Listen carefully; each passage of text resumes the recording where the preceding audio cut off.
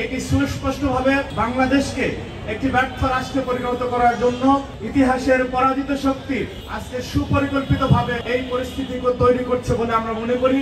কিন্তু সমগ্র বাউল সম্প্রদায়কে যেখানে পাবে সেখানে মারতে হবে, তাদেরকে দেশ থেকে বিতাড়িত করতে হবে।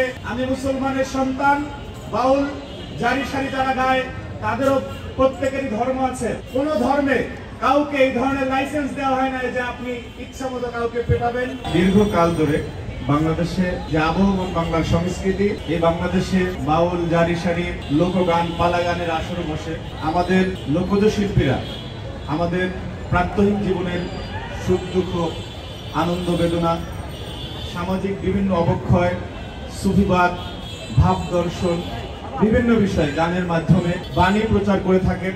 এই বাংলাদেশ হাসন লালন রাধারমণের বাংলাদেশ, যেমন পীর অলিয়া উলিয়ার বাংলাদেশ, ঠিক তেমনি এখানে অজস্র মরমী সাধক এই বাংলার মাটিতে জন্মগ্রহণ করেছেন। তো সাম্প্রতিক সময়ে আমরা দেখেছি যে বাংলাদেশে একটি পরিকল্পিতভাবে অস্থিরতা তৈরি করার জন্য যে কর্মযজ্ঞ চালানো হচ্ছে, আমরা যদি মনে করি যে বাউল শিল্পীদের পালা গানের কথোপকথনের কোনো অংশ ধরে তারপরে তৌহিদি জনতার নামে এই হামলা করা হয়েছে, তাহলে আমরা বিষয়টিকে ভুলভাবে জানছি। এটি সুস্পষ্টভাবে বাংলাদেশকে একটি ব্যর্থ রাষ্ট্রে পরিণত করার জন্য ইতিহাসের পরাজিত শক্তি আজকে সুপরিকল্পিতভাবে এই পরিস্থিতিকে তৈরি করছে বলে আমরা মনে করি।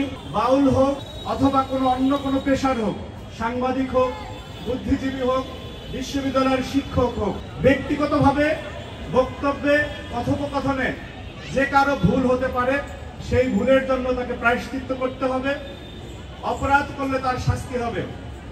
কিন্তু সমগ্র বাউল সম্প্রদায়কে যেখানে পাবে সেখানে মারতে হবে, তাদেরকে দেশ থেকে বিতাড়িত করতে হবে। এটি কোনো ধর্মীয় রাজনৈতিক দলের বৈশিষ্ট্য হতে পারে না, এটি এক ধরনের ধর্মান্ধ উগ্রতা বলে আমি মনে করছি। সুতরাং যেই বাংলাদেশে আবহমান কাল ধরে লোকজ সংস্কৃতি চলেছিল, আমরা দৃঢ়ভাবে বিশ্বাস করতে চাই যারা একটি বিশেষ পরিস্থিতি তৈরি করে বাংলাদেশকে গণতান্ত্রিক মহাযাত্রায় উত্তরণের পথকে বাধাগ্রস্ত করতে চায়, তারা এই জঘন্য কর্মকাণ্ডের সাথে জড়িত। আমি যে এখানে দাঁড়িয়েছি, আমি ছাত্র দলের একজন নেতা, আমার কাছে মনে হচ্ছে যে এইটাকেও একটা মিস ইন্টারাপশন দিতে পারে, যেহেতু অপতথ্য অপপ্রচারের সংস্কৃতি চলে, যে আমি মনে হয় ইসলামের বিপক্ষে দাঁড়িয়েছি। আমি মুসলমানের সন্তান, বাউল জারি সারি যারা গায় তাদেরও প্রত্যেকেরই ধর্ম আছে। কোন ধর্মে কাউকে এই ধরনের লাইসেন্স দেওয়া হয় না যে আপনি ইচ্ছা মতো কাউকে পেটাবেন, সমাজ থেকে বিতাড়িত করবেন। বাংলাদেশে সকল ধর্মের, সকল মতের, সকল পথের মানুষের জন্য নিরাপদ আবাসভূমি হবে বাংলাদেশ।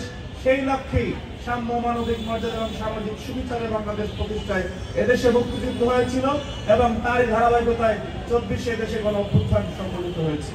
সুতরাং আমরা স্পষ্টভাবে অনুধাবন করতে পারছি যে কোন বিশেষ শক্তি, কোন বিশেষ গোষ্ঠী যারা কিনা 5ই আগস্টের পরে বাংলাদেশে তাদের বক্তব্যের মাধ্যমে সবচেয়ে বেশি ফেতনা ছড়িয়েছে, সমাজে বিশৃঙ্খলা ছড়িয়েছে, তাদেরকে বাউল বিতাড়িত করার কোন লাইসেন্স বাংলাদেশের মানুষ দেয়নি।